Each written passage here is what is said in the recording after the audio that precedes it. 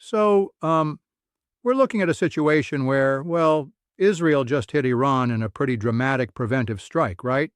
And it's not a sudden flash of Yep, anger. exactly. It's a conflict that's decades in the making, dating all the way back to 1979. Uh-huh. 1979 is the magic year. Israel and Iran were, believe it or not, allies before the revolution disrupted everything. Right. Before the revolution, under the Shah, Iran and Israel were kind of like, partners, cooperating on military, intelligence, energy, the whole deal.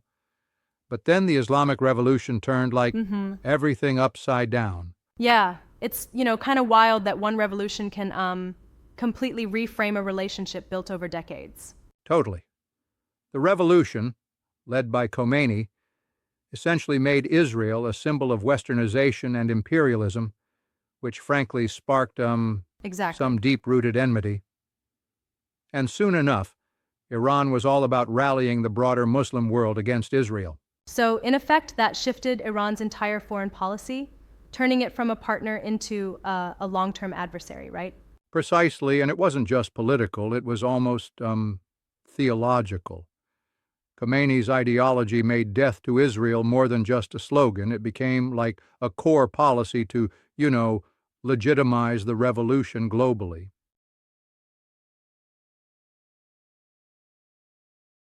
Yeah.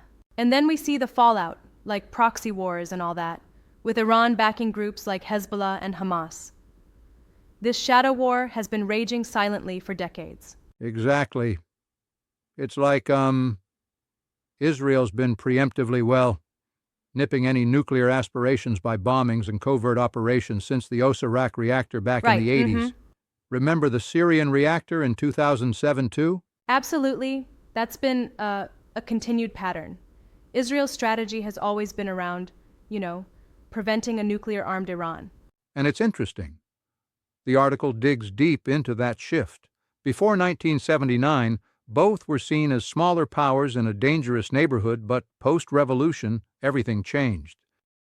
Yeah, very dramatic. I find it a bit, counterintuitive, though, that both sides seem so determined now. Isn't it, like there's no turning back? That's the crux of it. Israel, for its part, has been playing this long game, fueled by, the constant worry of a nuclear threat sure. coming from Iran. And Iran sees this military action as a way to, strengthen internal unity and distract from domestic issues. Right, so both states in their own way are using this conflict to solidify their internal narratives. Yeah, that's a key point.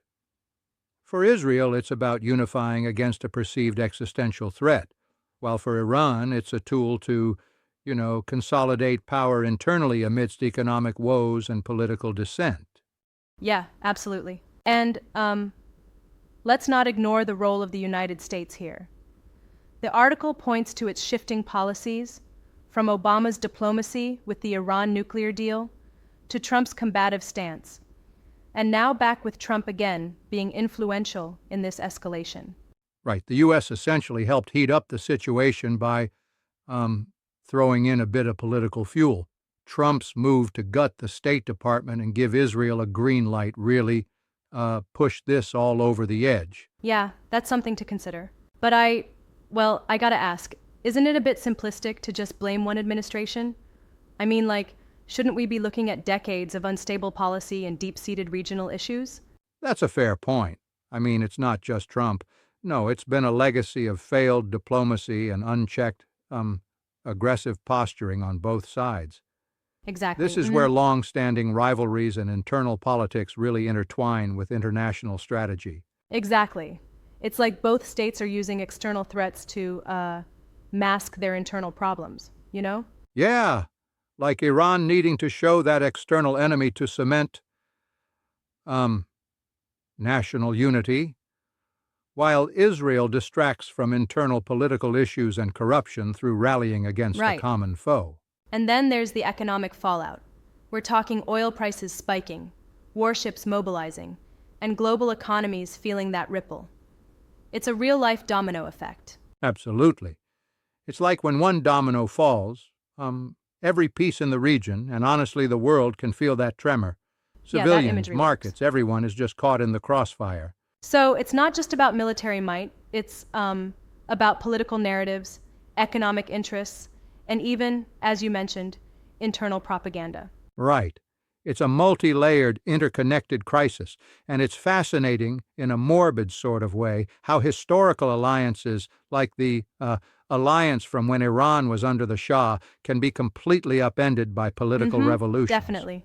It really shows how, ideological shifts can radically reshape international relationships. Exactly. It's like there's an underlying timeline. 1979, the start of the proxy wars, even the earlier strikes like the 1981 and 2007 operations that set the stage for what we're seeing today. Yeah, perfect timeline of escalation. And speaking of escalation, the article emphasizes that this is not just a border skirmish. It's an open declaration of war that could have catastrophic regional implications. Right, think about it. With warplanes in the sky and retaliatory actions already looming, this is a tipping point. Absolutely. It's the most dangerous moment since the early 70s, if not more so. And the involvement of U.S. warships? That kind of escalates potential global involvement. For sure. With the U.S. and its allies being dragged into the fray, it's like the entire world is being forced to reckon with this decades-long conflict. Right on. I mean, wouldn't you say it's almost a self-fulfilling prophecy?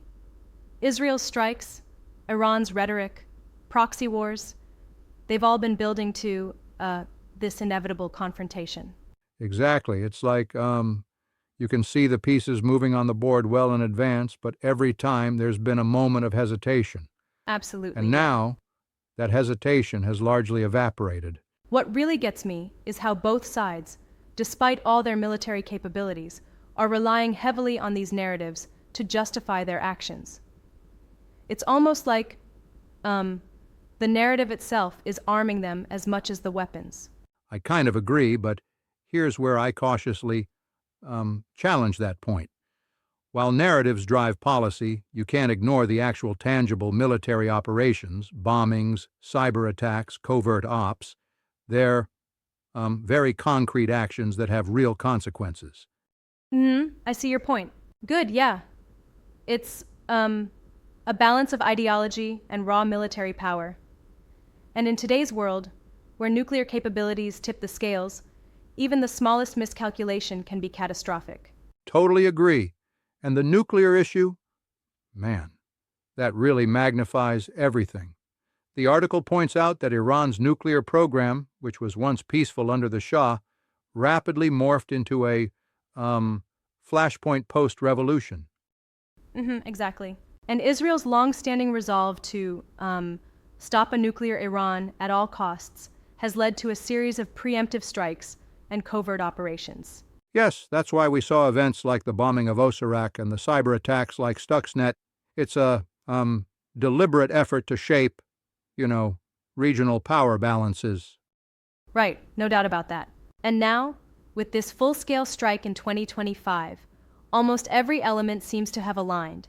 The historical enmity, the unresolved nuclear issue, domestic political struggles, and shifting U.S. policies. Yep, it's like the manifestation of 70 years of building tension. And with massive retaliation looming from Iran, the situation is frankly on the knife's edge. A very dangerous edge indeed. It feels like we're witnessing history, one that could very well redefine the geopolitical landscape for decades, or even, forever, if, diplomacy fails completely. Absolutely. And a big takeaway here is that this isn't just about states clashing. It's about ideologies, narratives, and the human cost, with everyday civilians caught up in these spiraling conflicts. Yep, absolutely. It really begs the question, can a path based on restraint and dialogue still be taken? Or are we stuck in this cycle of, revenge and escalation? That's, the million-dollar question. And unless international players shift gears and adopt a more measured, collaborative approach, well, we might be in for a long and perilous road ahead. Couldn't agree more. It's both fascinating and terrifying, really.